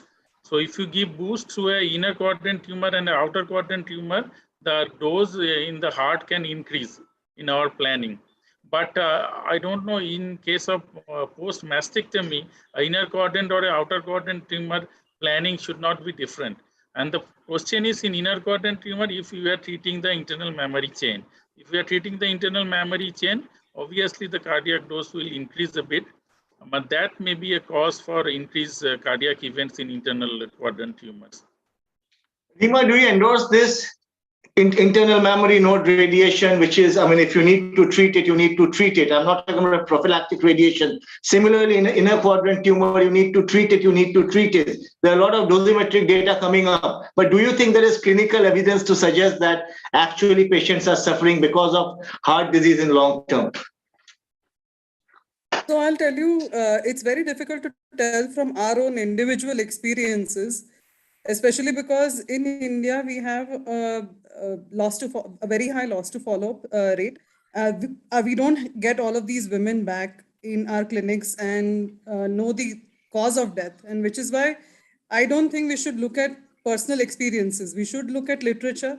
Unfortunately, in India, we have not been able to generate this kind of literatures because we don't have registries or we don't have databases linking the same individual with the insurance company showing data of cardiac events or cardiac treatments, as well as breast radiotherapy. So till such time that we have a prospective long-term cohort where we are noting down each and everything, it's difficult in our own experience to justify or to tell that this is the rate and yes, we see cardiac toxicities. Obviously, we've seen patients on follow-up who've had an MI. Can we truly, from experience, tell that this was attributed to the left-sided radiation? It's difficult to say that way. Just dialing back a little bit on your question you asked to Sayan, it does matter in a quadrant disease, is because for poorer countries who do not use DIBH or who don't have setup like DIBH and who use cardiac shielding very commonly, if a patient has had inner quadrant disease, even if you're not treating IMN, you're not going to be able to shield the inner quadrant as you would be able to in a patient who's had outer quadrant disease or upper outer quadrant disease. So both lower inner as well as lower outer quadrant will give you that kind of a challenge where you will be underdosing the tumor bed, which you don't want to do. And these patients end up having a higher cardiac dose. So yes, it does matter where the tumor bed was. Even in post-mastectomy cases, obviously it matters in patients post-BCS as well. Okay, so we'll go on to the next topic, that is tumor bed boost irradiation, a continuation of this. Sayan, your take on it. Dosimetric data, yes, more cardiac doses. Do we have clinical evidence to suggest that it does harm? Now the question is, now we are moving towards more and more towards hyperfractionation and SIB, simultaneous integrated boost. So, and we are at the same time, we are talking so much about increasing cardiac toxicity with boost. So first of all, we need to select the patient who actually need boost treatment. So we can eliminate few patients who actually does not need boost according to the age and the stage and the hormonal status and other risk factors. Second is if we are, yeah. No, sorry. Continue, Sayan. Sorry. Yeah. So another thing is that if we are using boost, I feel that we should do a planning for the boost also, not giving a direct electron boost or a direct field. So boost planning is also important, and we need to do a planned sum. If we are doing a sequential boost, so we need to do a planned sum to see how much the heart is actually getting the dose, because I feel that now also in many centers, they do not plan the boost in the treatment planning system. They do a direct beam or a direct electron field. So that is also important when we are planning a boost. But the boost was, yeah. So I think we have many more questions, so we'll stop here. One quick word from Professor Sohratati. Of 100 breast cancer patients you treat of breast conservation surgery, Out of 100, approximately, how many of them you plan boost? Professor Suhartati. Yeah, so in our guidelines, we are still giving the boost after the breast conserving surgery. Patients? Yeah, so mostly we give the boost after the breast conserving surgery. Rima? About 95%. 95. Sayan? Yeah, almost 95%, because we don't get those early diseases, mainly in elderly population, like more than 65 or 70 years, T1, T2 disease, N0 PR positive. We might No, avoid Sayan. So can we learn from prostate cancer? Can we learn from prostate cancer? And instead of adjuvant, the whole the world is moving towards early salvage. So in breast, can we identify a subset of patient in whom we do not boost and actually do not boost rather than talking in meetings? Because I think all our practice, we are boosting 90 to 95% of the patients. Yes. Do you think that data should come down to 60 to 70%? Rima? Sayan? That needs a valid, this needs a, good evidence. Level 1 evidence for doing that. We've had a lot of subgroup analysis on the EORTC boost versus no boost study. Right. And they have not been able to really tease out that kind of data that we are talking about. And that was a study done in 4,000 women. So if that has not been able to, then I think for modern radiotherapy practice, we may have to have another reinvention of the wheel or relook at that kind of data. I don't think it is going to be possible. But they came out with a subgroup, right? Real-world data. They came out with a subgroup. Yes, but then the age, the low risk. Validated. So if you are talking about, they have looked at women who are younger than 50, grade 3 disease, patients who had close margins. Most of our women have grade 3 disease. Most of our women are younger than 50. So based on that criteria, unfortunately, we've never been able to reduce the number of women receiving boost.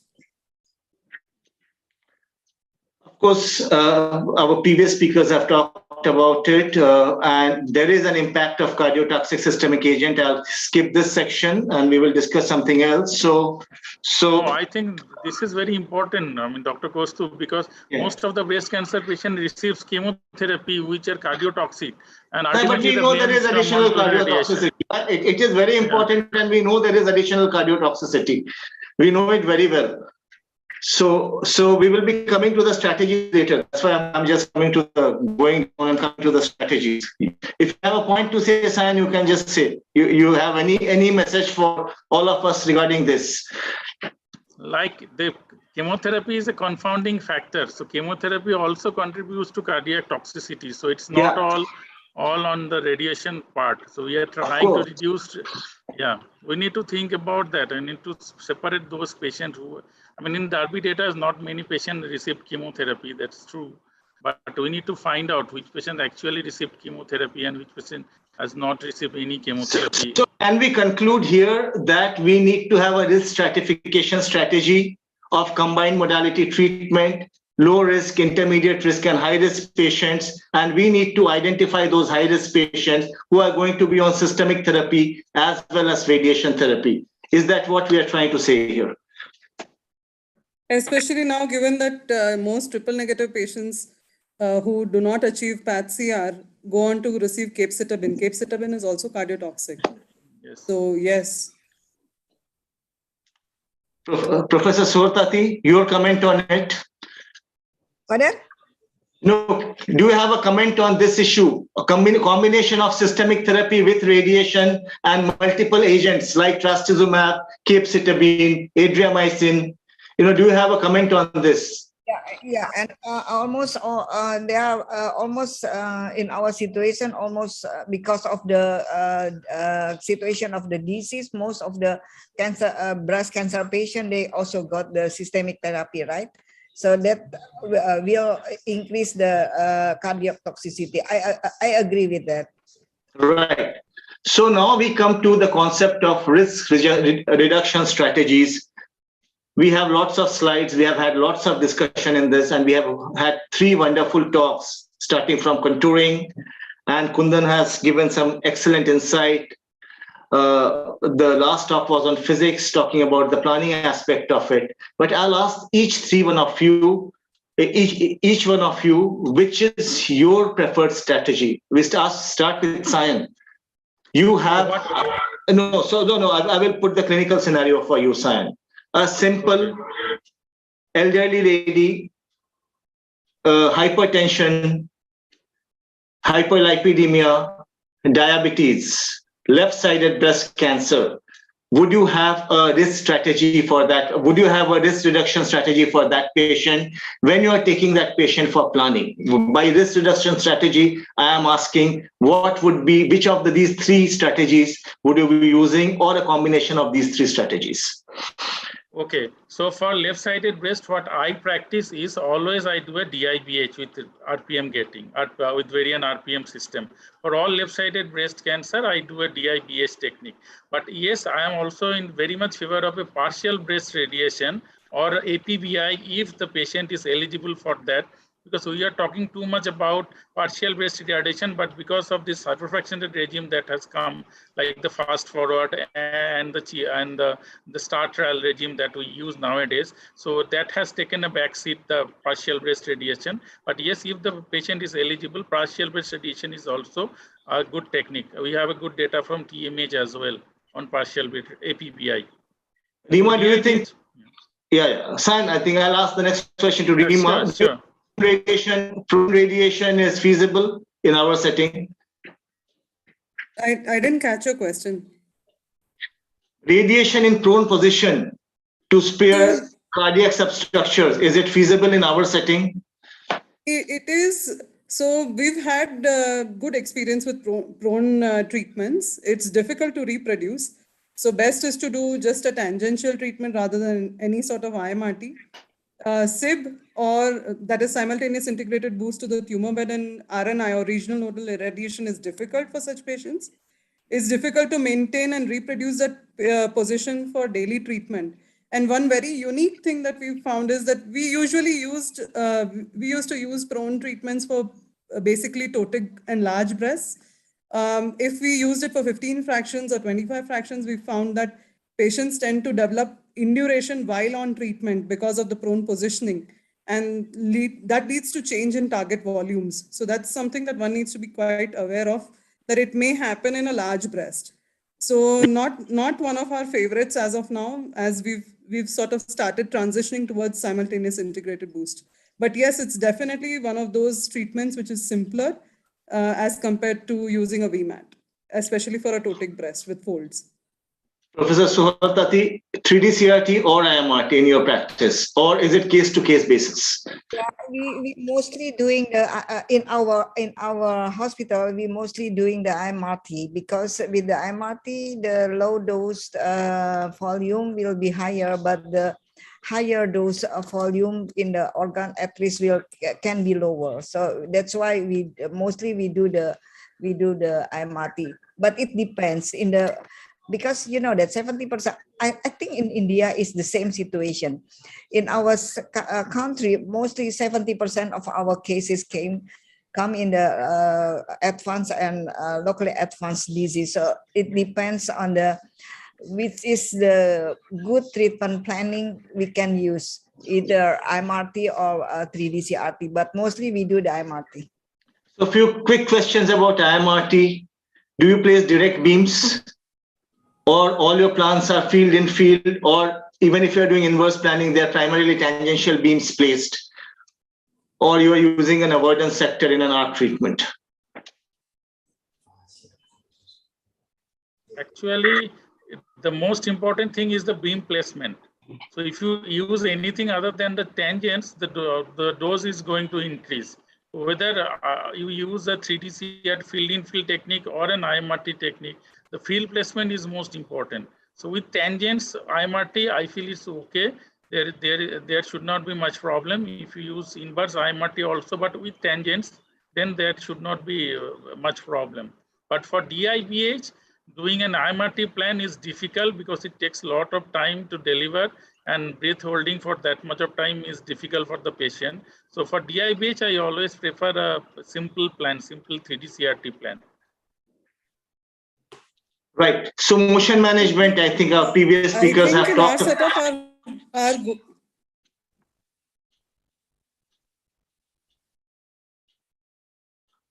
Sorry, Rima, we lost you for some time. Hello. Okay. Yeah. Can you hear me Yes, now? yeah. Tell me. Yeah. Tell us. Yeah. Yeah. So I think in our practice, it's quite the opposite of that of Professor Sohartati, is because most of our patients are treated with field and field technique. Our second go-to is DIBH. If field and field with cardiac sparing is inadequate or inappropriate for that patient, DIBH. After DIBH, also field and field planning. If it's even worse, or we have to treat left-sided IMN, and even after DIBH, the anatomy is not favorable, then only we consider such patients for IMRT, that is inverse plan IMRT. So there are a lot of logistics involved, and we agree that in our setup with it's a very pertinent point Rima has made. IMRT as all goers is. Kaustubh, I don't think this is just logistics. It's just sheer choosing wisely. No, choosing wisely. I mean, maybe I'll ask. Field technique. To talk about it here. Field tangential technique is the best form of therapy to deliver. But radiotherapy. But field in field tangential. I mean, forward planning IMRT. Is that what Professor Sohartati meant? Is what we need to know from her, where she is primarily placing tangential beams. So, is that what you are doing, Professor Sohartati? Are you primarily placing tangential beams even for IMRT and avoiding direct beams? Is that your planning strategy? Yes. Right, correct. So whole breast versus partial breast radiation for reducing cardiac dose. And it is a no-brainer, of course, partial breast radiation has shown decreased cardiac doses. But again, I mean, there are various clinical situations, and we all know where partial breast should be used. This is role of proton therapy. Is it the future? Sion, one quick word. Is it the future? I'm not in favor of proton therapy in breast, because we need to think about the cosmetic outcome also. Is proton therapy giving a good cosmetic outcome, or what benefit we are going to get if we use proton therapy? Because here the question of choosing wisely also comes. Rima, proton for breast. So I think there is case or indication for select few patients where the cardiac anatomy is extremely unfavorable, where even your inverse planning IMRT will not be able to give you those kind of doses. A patient already is a patient of CVA with past cardiac events. Those are the patients where we are treating IMN. We should consider protons. Yes, cosmetic outcome, again, it leads to more acute toxicities than late toxicities. And those kind of acute toxicities, especially we've heard Dr. Sapna Range on many forums talk about it, has not led to adverse cosmetic outcomes in the long term, especially in literature. So I think there is a case for such patients, but whether motion management is indicated in these patients or not, whether it is implemented or not, is again something that we need to address. So Sion, do you agree that we needed 1 more hour for this discussion, but unfortunately we have just 3 more minutes. So I'll just address 2 more important issues. One is cardiac substructures and contouring. Do you think contouring the left ventricle and drawing all the subsegments and 5 different parts of left ventricle and 3 parts of left coronary, left anterior descending, all that is technically feasible? Are we actually doing it, or they are mere presentations? Or do you think in future we are doing? Very brief from Sion, Rima, and Professor Sohartati, just maybe one line each from them. Yeah, the important structure is left anterior descending artery. If you can't identify the LAD, then you can at least contour a zone like region, LAD region. That can be identified in CT scan, because we don't give contrast in our breast planning CT scan. Then, and I don't know how much feasible it is to do a ECG gated CT scan and then fuse it with the DI-based CT scan. It will be very difficult, what I feel. And Rima, your take on it. Yeah. We've been doing LAD contouring for a few years now. We've not had much of a problem. I'm talking about the other substructures, Rima. Ventricle separately and 5 different. No, we've not been doing that. We've not been doing that. Professor Sohartati, Professor Sohartati. Yeah, we are not yet doing that because also Okay. the CT planning that we do is without contrast media, so it is not easy to see the LAD and also the more structure in the heart.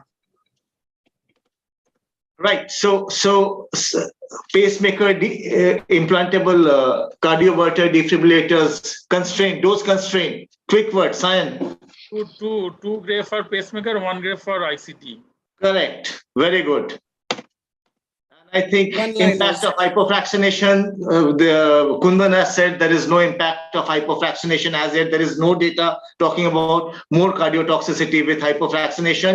And I think that brings us to the last topic of early diagnosis, rehabilitation, monitoring, control, and selecting a group of patients. Do you think we should have for breast radiation this kind of a strategy which has been enlisted here should become a part of our clinic or only in select group of patients? Rima. I think patient selection is a priority for such intensive monitoring and follow-up. I don't think it's possible to do it in all our breast cancer patients. So definitely selection using some criteria. And do you think cardiac rehabilitation helps, Professor Sohotati? Pardon? Cardiac rehabilitation in patients after radiotherapy. Is there a subset of patients who should be put on active cardiac rehabilitation with strategic goals included in it? After we know all these issues, so we have to do some for the long survival of breast cancer. We should do the cardiac analysis, cardiac function analysis. Is there any disturbing of the cardiac function analysis or not? If yes, so we have to do the cardiac rehabilitation. Thank you. Thank you. Before concluding, one word of wisdom from each panelist. What we have a huge attendance. I think almost 300 participants attended. So regarding cardiac health in breast cancer radiotherapy, one word of wisdom from each panelist. Cyan, to start with you. For left-sided breast, please use any motion management. I mean, either DIBH or any other motion management technique to reduce the cardiac dose, and select the patient wisely before the planning the radiation dose and the boost volume or boost dose. Rima. There are studies to suggest that every part of the heart is sensitive to radiation. So try and minimize dose to all the parts that you can. And one more. Even right-sided patients sometimes can need cardiac sparing if you have dilated cardiomegaly or if you are treating IMN. Right coronary arteries are most often neglected. So please try and see those doses as well. Professor Sohotati. So for the breast irradiation, both sides, we have to take care of the dose in the cardiac area, especially, of course, in the left-sided. And we have to do whatever we can do, I mean, to reduce the dose in the cardiac. Thank you. Thank you. I think we have had a nice discussion. Various important points have come out of it. We have talked about reducing cardiac doses and the strategies. We have talked about, rehabilitation strategies. We have also talked about selecting a subgroup of patients. And I think my take-home message is heart is precious. Take care of it and don't give it away so soon. Thank you. So thank you, Dr. Talpatra, for conducting a very interactive and informative panel discussion. My sincere thanks to all the panelists, Dr. Rima, Dr. Paul, and Professor Sohotati. So now this is the end of the panel discussion. I think the symposium also. I am handing over mic to Dr. Vikas. Dr. Vikas, please. Thank you, sir. And I thank all the speakers, moderator, and the panelists for their time and presence. With their discussion today, we have become more wiser with the words of wisdom which was shared by each and every one of you. And with this, I thank all the delegates also who are there in our sessions for their time. I know that we are almost at 8 o'clock, but some countries will be quite ahead of us. And with this, I request our ETC chairperson from FARO, Dr. Mayank Parmeta, to give you the closing remark. We really appreciate Dr. Mayank's efforts to make this event happen. I know you're already 1.5 hours ahead of Indian time, and thanks for your dedication to be present and give this technical support for all of us. Dr. Mayank, please. Oh, yes. Okay. Thank you, Dr. Vikas. Good evening, everyone. Very honored and happy to see everyone here from all FARO countries and other colleagues too. Congratulations to the RO team under the leadership of Professor Vashista for a successful webinar today. It's a very lively session. So this is a very important topic, and I believe it is very useful to all of us. And thank you, Dr. Vikas from ROI serving the FARO ETC, and also Dr. Munish, who has done the coordination and preparation for this event. And of course, we congratulate and thank all the expert participations of the excellent speakers, moderator, and the respected expert panelists. Prof. Tati joining here too, all gave very valuable presence and insights. And we, of course, really appreciate the continued full support from FARO officers. Tonight is represented by Dr. Junlin Yi, all the respected advisory board committees and council members, and also the secretariat. And of course, thank you, Prof. Tate, and all the IRORA team. It's always a pleasure to be serving with the team. And thank you all the participants. We hope that you will continue to join us next month and all the coming months. Looking forward to see you again. And with that, so we conclude today's webinar. Thank you very much. Thank you. Bye. Good night. Thank you. Good night. Thank you. Thank you. Bye. Bye, Dr. Ozawa. Hi, Dr. Mayan, Dr. Yi. Thank you for the greeting. Bye, Dr. Yi. Thank you. Bye. Good night. Thank you. Bye, Thank you, Dr. all Munish. of you. Thank you.